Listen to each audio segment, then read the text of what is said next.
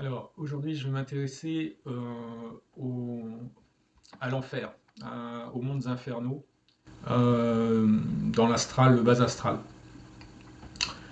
Donc, je me connecte à l'éther et je demande de nombreuses protections pour aller explorer ça.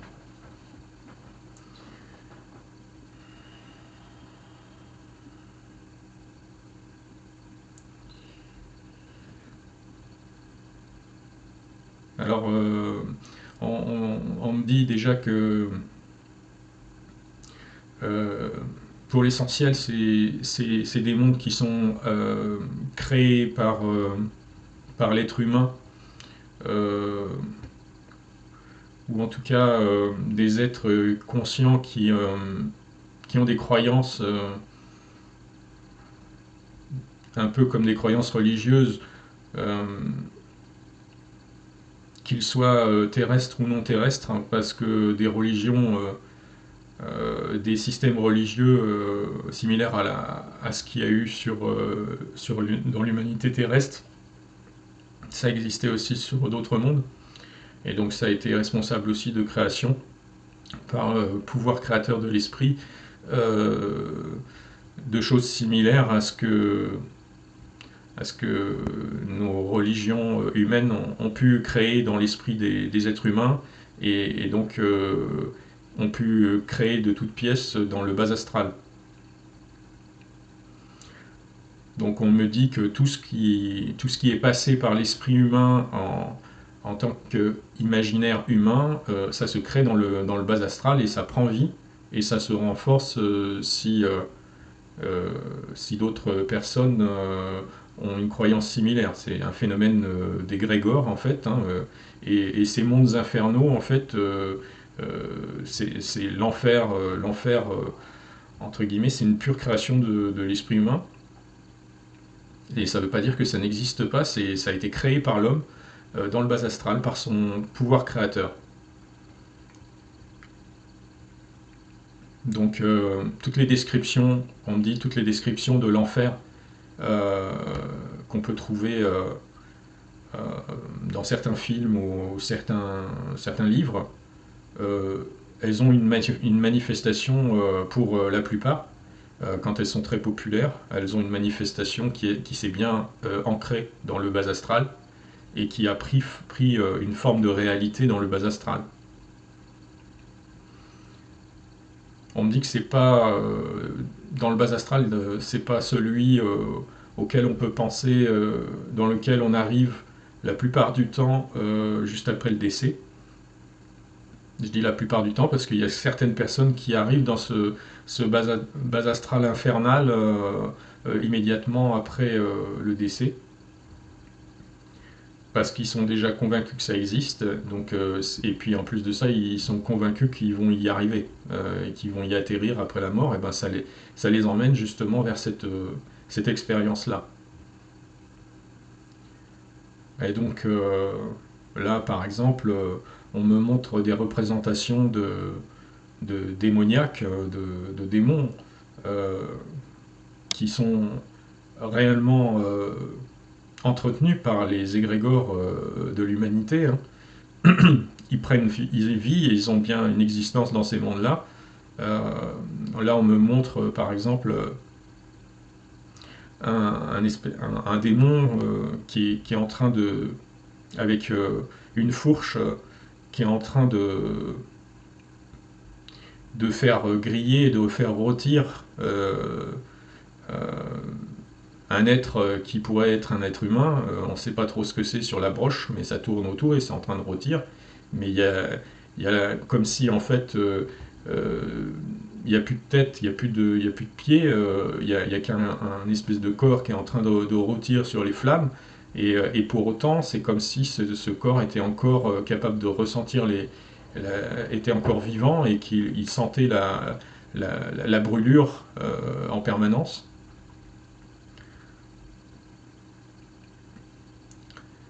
Le voit lancer ce qui est l'équivalent d'huile sur mettre de l'huile sur le feu, hein, pour que les flammes soient plus fortes et que la douleur soit plus importante. Je vois des êtres humains qui sont torturés comme ça, avec des membres qui sont écrasés, des cris, mais vraiment des cris en permanence en fait, hein. C'est un lieu de douleur extrême permanent. Et puis il y a beaucoup de démons en fait qui viennent dans ces endroits-là parce ils se délectent de la souffrance de l'autre, hein. C'est des pervers, hein,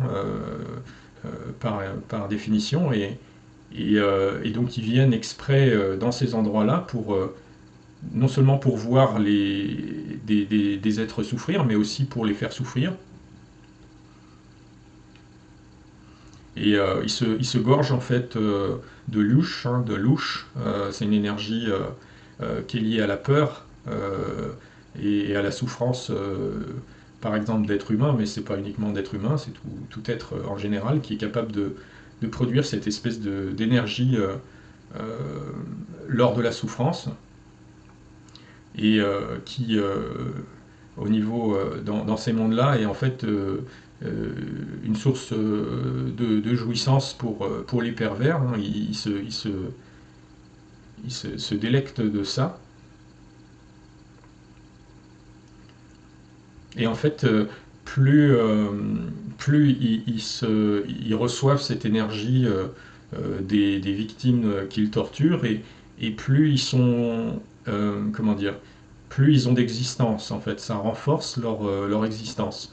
Mais on me dit que si, par exemple, ils avaient plus rien, plus personne à torturer, plus personne à regarder souffrir, euh, eh bien, ils ne pourraient plus recevoir cette énergie-là. Et en fait, ils finiraient par disparaître, parce que c'est comme une énergie vitale pour eux, en fait. Et on m'explique qu'en fait, les êtres qui sont torturés servent de transformateurs d'énergie vitale pour la dégrader vers des basses fréquences. C'est-à-dire que le fait qu'ils soient dans la torture, la souffrance, la peur, ben, ils génèrent des basses fréquences, mais à la base, ils pourraient générer des fréquences plus hautes, potentiellement. Là, ils génèrent des basses fréquences, et ces basses fréquences sont de l'énergie vitale transformée, parce que ce sont des êtres en général qui ont une âme, et donc ils sont connectés à la source, donc ils reçoivent de l'énergie vitale de la source, mais il la transforme en énergie vitale basse fréquence, sous la forme de peur, de souffrance, qui est émise, qu'on appelle le lush, lush en anglais, je crois que ça s'écrit L-U-S-H, et, et ensuite, eh bien, en fait, ça nourrit en fait les démons, ça nourrit les pervers, ça nourrit tous les êtres qui se délectent en fait de la souffrance des autres, et qui se nourrissent de la souffrance des autres. Donc en fait, s'il n'y avait pas ces transformateurs d'énergie vitale en louche, c'est-à-dire des êtres pour avoir peur et des êtres pour être dans la souffrance, eh bien, les démons en fait disparaîtraient complètement, parce ils auraient plus d'énergie vitale, ils seraient tellement affamés qu'ils disparaîtraient en fait. Euh, alors on me dit que ils disparaîtraient, mais il faudrait aussi en plus pour qu'ils disparaissent complètement euh, que l'esprit créateur, par exemple, de l'être humain, arrête de croire en leur existence. Parce que la simple fait de croire en leur existence, par le pouvoir créateur de l'être humain, ça leur donne une réalité dans le bas astral, et ça maintient leur existence, en fait, ça les entretient. Donc il faut à la fois que l'être humain arrête d'entretenir des pensées qui sont en rapport avec ces êtres-là, et aussi sortent des basses vibrations, des vibrations de souffrance, de peur, etc., hein. Donc toutes les personnes qui font du travail sur eux-mêmes pour se libérer des basses fréquences qui sont en eux, tout ce qui est travail thérapeutique pour se libérer par exemple des peurs, de la culpabilité, de l'humiliation, de toutes ces énergies de basse fréquence, hein, et bien en fait, en se libérant de ça, il contribue à affamer les démons et tout ce qui vit dans ce bas astral. Euh, donc c'est vraiment important quand on dit il faut vraiment comprendre que quand on fait un travail sur soi, on ne travaille pas uniquement pour soi, on travaille aussi pour l'humanité et pour l'univers en général, parce que on est en train de transformer les vibrations globalement de l'humanité, puisque on, on, on donne plus d'énergie, de louche ou moins au bas astral, aux êtres du bas astral. Et donc ça change les vibrations globalement de l'ensemble de l'univers et des univers. Donc c'est très important de faire le travail sur soi, c'est pas seulement vraiment un gain pour l'individu qui fait le travail sur lui, mais c'est vraiment un gain pour tous les univers. Et bien entendu aussi pour les personnes de façon plus évidente, pour les personnes qui sont proches de l'individu qui fait le travail sur lui, puisque évidemment ça agit au niveau notamment énergétique et psychologique sur les personnes de son environnement, mais plus globalement, c'est vraiment un don que la personne fait aussi pour le multivers, l'ensemble des univers, pour faire monter son niveau vibratoire.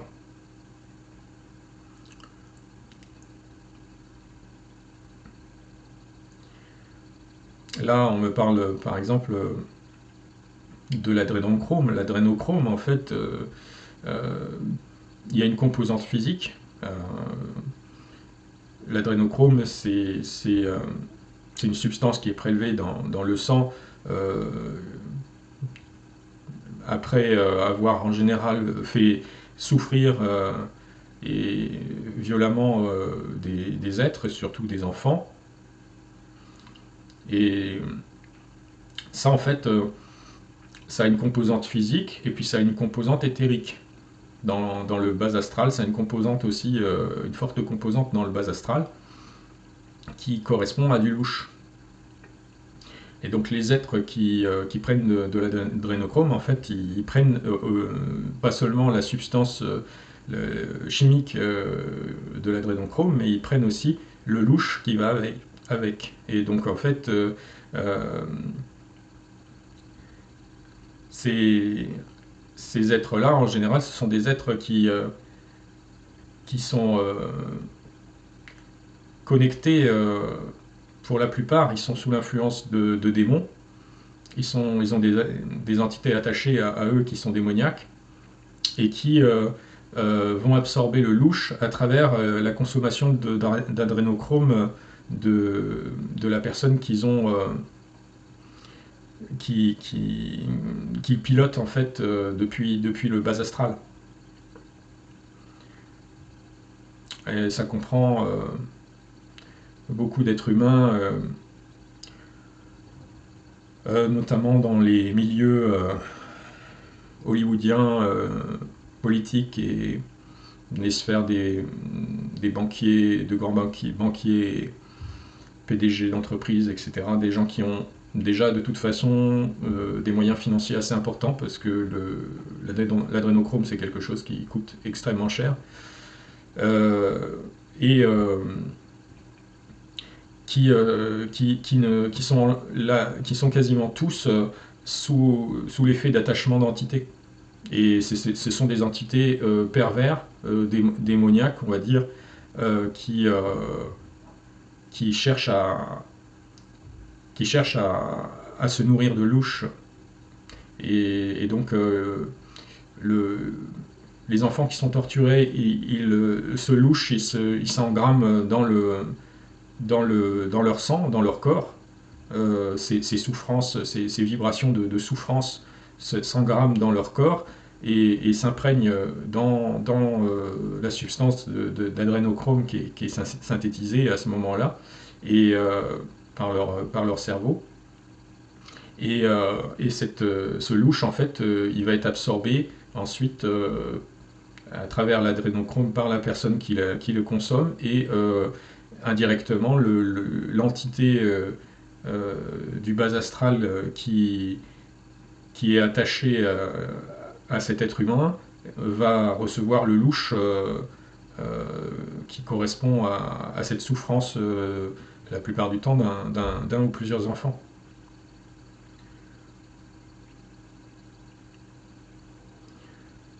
Euh,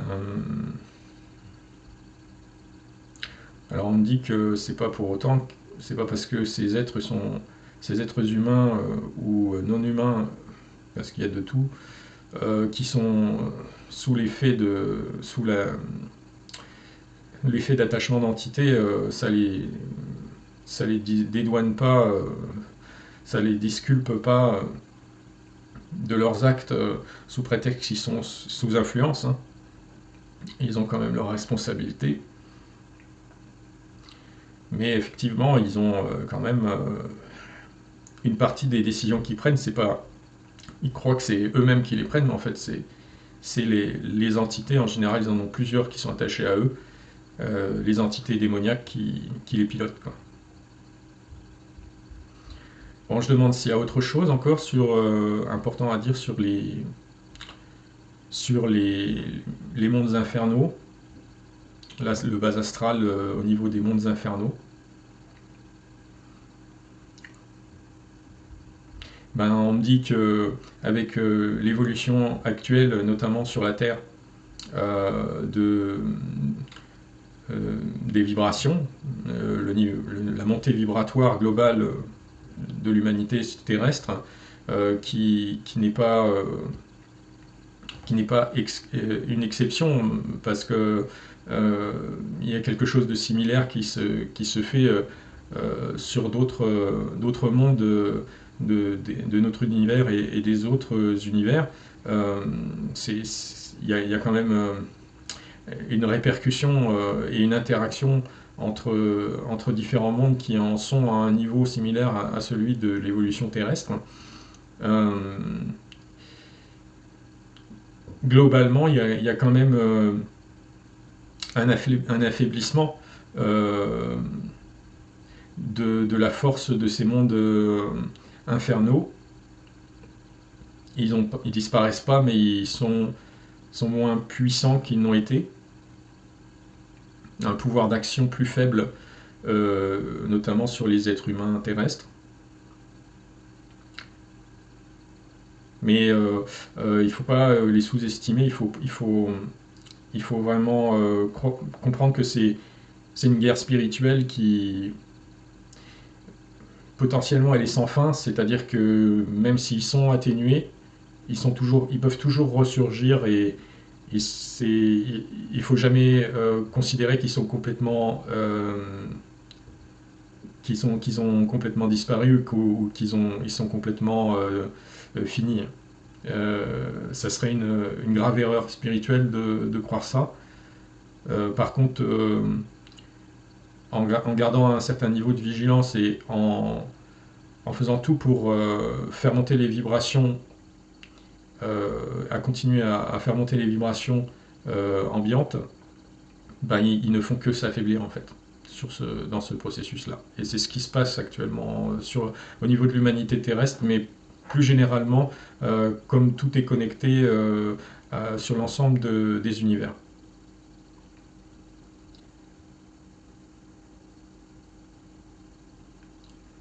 Je me demande s'il y a autre chose à dire encore sur les mondes infernaux du bas astral.